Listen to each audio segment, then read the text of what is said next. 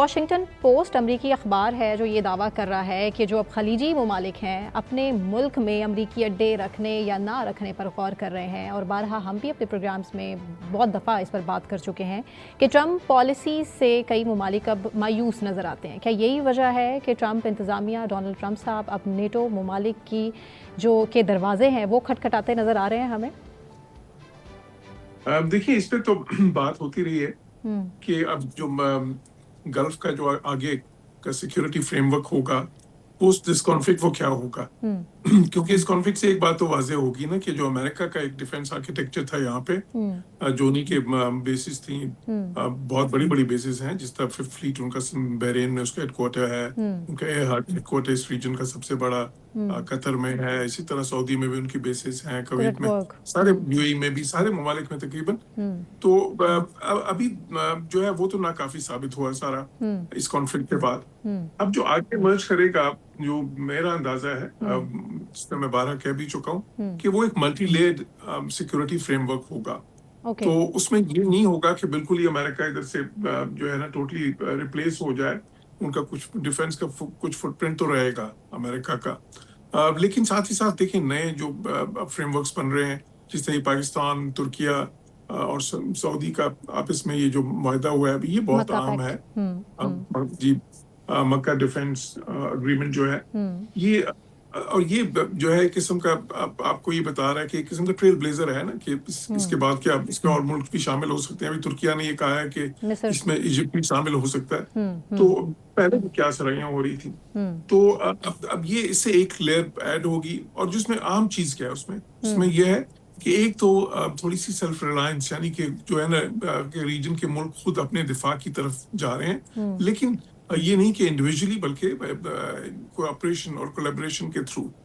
تاکہ وہ جو ہے اپنی ڈیٹرنس کو بڑھائیں۔ اور جس طرح اقلیتی ممالک ہیں جو اس میں ابھی تک آئے ہیں، سعودی ہے، سعودی کا اتنا دنیا میں جو بڑے ڈیفینس بجٹس ہیں اس میں ان کا آتا ہے 82 بلین ڈالر سے زیادہ کا ڈیفینس بجٹ ان کا سال کا۔ پھر اس کے ساتھ ساتھ دیکھیں ترکیہ جو ہے نیٹو کا سیکنڈ لارجسٹ جو ہے پارٹیسپینٹ ہے آرم فورسز میں، پھر پاکستان کی ڈیفینس پروس جو ہے دنیا کے سامنے ہے، جس طرح انڈیا کے ساتھ بھی جو ہے پاکستان نے جس طرح گزارا کیا اس کا انڈیا کے ساتھ کانفلکٹ میں بھی۔ تو اب اس کے بعد آگے اگر مصر اس میں آتا ہے تو مصر بھی ظاہر ہے، مصر کی جو ڈیفینس جو پرویس ہے وہ بھی دنیا جانتی ہے، اپنے خطے میں ایک اہم ملک ہے۔ تو وہ یہ جو ہے نا، اور ترک صدر کی اسی کے ساتھ آپ ریلیٹ کر سکتے ہیں، ترک صدر کی جو یورپی یونین سے ریلیٹڈ ایک ایسی اسٹیٹمنٹ ہے کہ اب رکنیت اس کی ترجیح نہیں ہے، اس کا نقصان یورپ کو ہوگا، اور آپ کو نہیں لگتا کہ یورپ کو اب سوچنا پڑے گا کہ واٹ نیکسٹ؟ دیکھیے، میں ترکیہ میں سرو بھی کیا ہے، بلکہ یہ خاصی پرانی بات ہے، 99 سے 2002، اور اس وقت لگتا تھا کہ ترکیہ ابھی EU کا ممبر آج بنا یا کل بنا، لیکن میں نے اس وقت پریڈکٹ کیا تھا کہ ترکیہ جو ہے وہ EU کا ممبر کبھی بھی نہیں بنے گا، اور اس کی وجہ جو ہے وہ یہ تھی کہ یورپینز میرے نزدیک جو ہے اتنا بڑا ایک ملک جو ہے وہ اپنے بیچ میں اس طرح سے نہیں لینا چاہتے تھے، خاص طور پہ جس کی آگے پھر جس کے بارڈرز جو ہیں وہ سیریا تک ہیں، دوسرے ظاہر ہے کہ وہ تو پھر ایران کے ساتھ اور سارے ملک، تو وہ ان کے لیے مشکل ہو جائے گا، اور وہی ہوا۔ ابھی اس بات کو 20-25 سال گزر چکے ہیں ابھی تک، بلکہ اب تو چانسز بالکل ہی کم ہے، ہو گیا، اس وقت تو کافی لگتے تھے۔ تو اس کے بعد سے ترکیہ نے بھی اپنی اسٹریٹجی بدل لی ہے۔ ترکیہ نے خود ان کا اپنا انفلوئنس جو ہے سینٹرل ایشیا میں بہت زیادہ بڑا، اس کے بعد انہوں نے ادھر سارے لنکیجز بنائے، ساتھ ہی ساتھ انہوں نے اب یہ دیکھیں گلف کی طرف بھی، کیونکہ یہاں پہ بھی بہت ساری گڈ ول ہے جو جنریٹ کی ہے ترکیہ نے اپنی ظاہر ہے جو فارن پالیسی کی وجہ سے اور اپنی اکنامک اور ڈیفینس پروس کی وجہ سے۔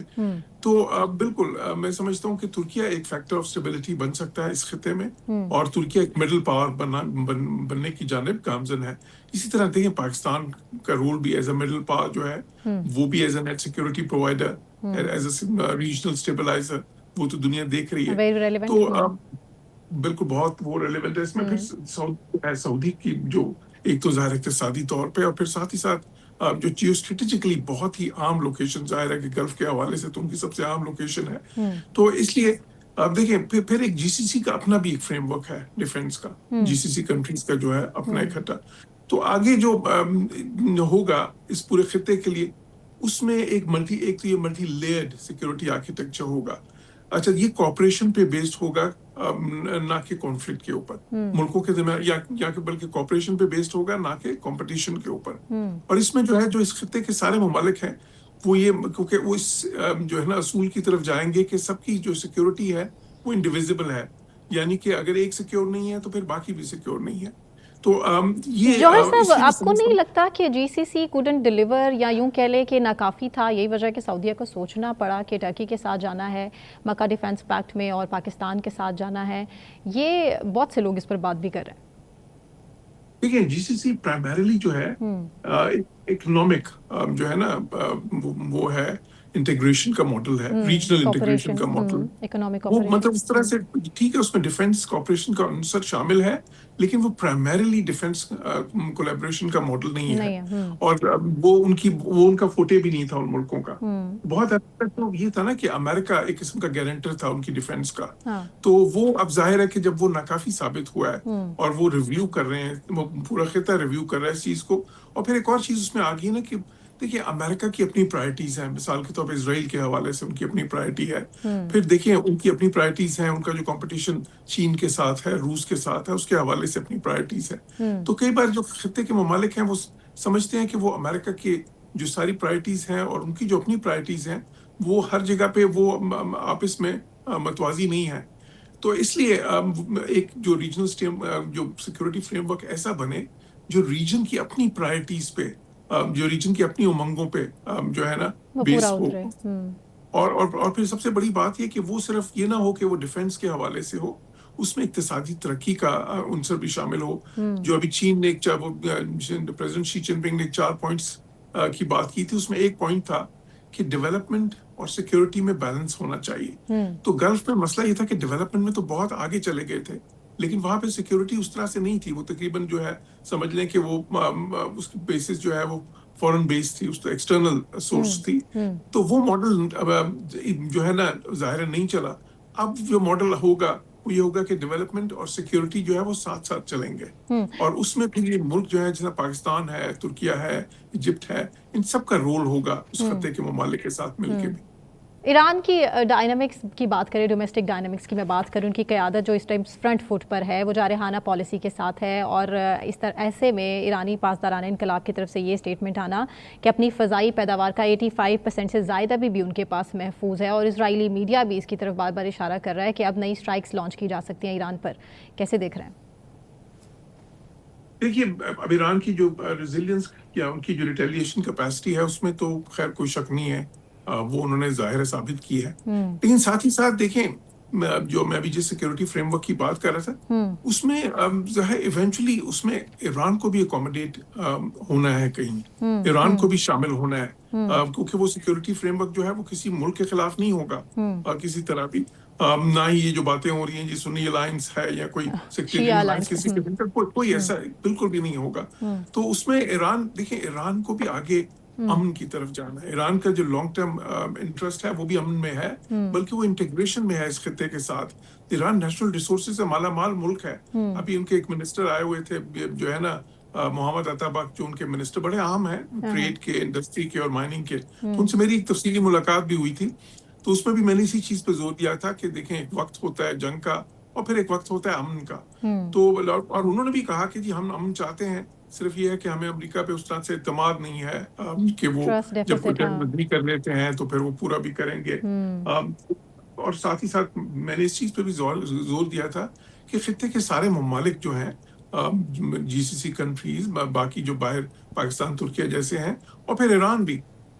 ان کو آپس میں اعتماد بڑھانا ہوگا, اقتصادی تعاون بڑھانا ہوگا. بیکاز سیکیورٹی کئی بار اقتصادی تعاون سے ایمرج کرتی ہے. یورپین یونین جو ہے بہت بڑی مثال ہے اس کی. اب دیکھیں یورپین یونین جو ہے ایک وقت تھا کہ سارے ملک دوسری جنگ عظیم سے پہلے آپس میں ہر وقت یہ لڑ رہے ہوتے تھے جنگیں, اور پھر کجا کے آج کے وہ پھر اس کے بعد کیسا وقت آیا جب اکنامک بریجز ان کی بنی, اکنامک کنیکٹیوٹی اس لیول تک بنی کہ جنگیں تو کیا ختم ہوئی, اس کے بعد تو اقتصادی تعاون ایسا بڑا اور دوستی ایسی بڑی کہ آج ان کی 60% ٹریڈ آپس میں ہے. ان کے تو بارڈرز بھی جو ہیں ایک دوسرے کے لیے کھول گئے ہیں بالکل. تو بات یہ ہے کہ کئی بار جو سیکیورٹی دیکھیں سیکیورٹی اور جو ہے نا اکنامک کوآپریشن یہ ساتھ ساتھ چلتا ہے, ایک سے دوسرا بڑھتا ہے. جو ہے نا سیکیورٹی بڑھنے سے ظاہر اکنامک کوآپریشن بڑھتی ہے اور اکنامک کوآپریشن بڑھنے سے سیکیورٹی بڑھتی ہے. بالکل ایسا ہی ہے. اور ابھی ایران کی نیگوسیشن کی ٹیبل کے اوپر ہم دیکھیں تو صرف ایران تہران خود نہیں ہے, لیبنان بھی ہے, اس کے علاوہ غزہ ہے, اس کے علاوہ یمن ہے, اور ان ساری چیزوں کے اوپر اسرائیل فلیکسیبلٹی شو کرے گا یا ان شارٹ امریکہ فلیکسیبلٹی شو کرے گا, آپ کو لگتا ہے؟ دیکھیں اسرائیل جو ہے وہ ایک فیکٹر آف انسٹیبلٹی ہے پورے خطے کے لیے. ان کا جو ہے نا سٹانس, ایک تو اس جنگ میں بھی ان کا بالکل کہ واضح تھا کہ جب امریکہ اور ایران دونوں کو سوٹ کرتا ہے, اور ابھی بھی میں سمجھتا ہوں ریسنٹ اٹیکس بھی لیبنان پہ جو انہوں نے کیے ہیں اس کے بعد بھی صورتحال بڑی کشیدہ ہے. اسرائیل جو ہے وہ کانفلکٹ میں پراسپر کرتا ہے. وہ چاہتے ہیں کہ ہر وقت جنگ ہوتی رہے. ان کی بڑی لانگ سٹینڈنگ پالیسی ہے مو دا گراس, کہ اپنے جو سارے ایڈورسریز ہیں جو ان کے حریف ہیں سب کو وہ جو ہے ہم سے جنگیں کرتے رہے. اچھا گریٹر اسرائیل جو ہے میں نہیں سمجھتا کہ وہ ایک سیریس چیز ہے. میں سمجھتا ہوں وہ ایک ایسا خواب ہے کہ جو پورا نہیں ہو سکتا, اور میں نہیں سمجھتا کہ کوئی سیریسلی اگر اسرائیل کے پالیسی ساز اس طرف بڑھیں گے تو وہ اپنا ہی نقصان کریں گے. میں اس کی کوئی گنجائش نہیں دیکھتا. لیکن جو میں دیکھتا ہوں وہ یہ ہے کہ دیکھیں اسرائیل کو بھی یہ سوچنا ہوگا کہ جو ہے نا ان کے بھی جو اقتدار کے ایوانوں میں جو لوگ جنگیں کروا کے جو اپنا اقتدار کو دوام دیتے ہیں, اور اس کی وجہ سے جو ہے نا اسرائیل کو بھی انہوں نے ظاہر ہے کہ مشکلات میں تو ڈالا ہوا ہے. اسرائیل پہ کیا حملے نہیں ہوتے اسرائیل کے, اور اسرائیل کو جس طرح کا ظلم کرنا پڑتا ہے اور جس طرح ظلم وہ کر رہا ہے اس سے پوری دنیا میں اسرائیل کا نام آج جو ہے نا جو ینگر جنریشنز ہیں, بے شک وہ امریکہ کی ہوں یا یورپ کی ہوں, کہیں کی بھی ہوں, چین کی ہوں, ہر جگہ کی, وہ اسرائیل سے نفرت کرنے لگی ہیں. تو ان کو بھی سوچنا ہوگا کہ وہ اپنی جو ہے نا یہ پالیسیز چینج کریں کہ ہر وقت جو ہے نا کانفلکٹس کی طرف جانے کی, ان کو بھی امن کی طرف جانے کی کا سوچنا ہوگا. ان کو یہ, اور جب تک یہ پیلسٹینین اسٹیٹ ہوڈ کا مسئلہ حل نہیں ہوتا, دیر پا امن اس خطے میں قائم نہیں ہو سکتا.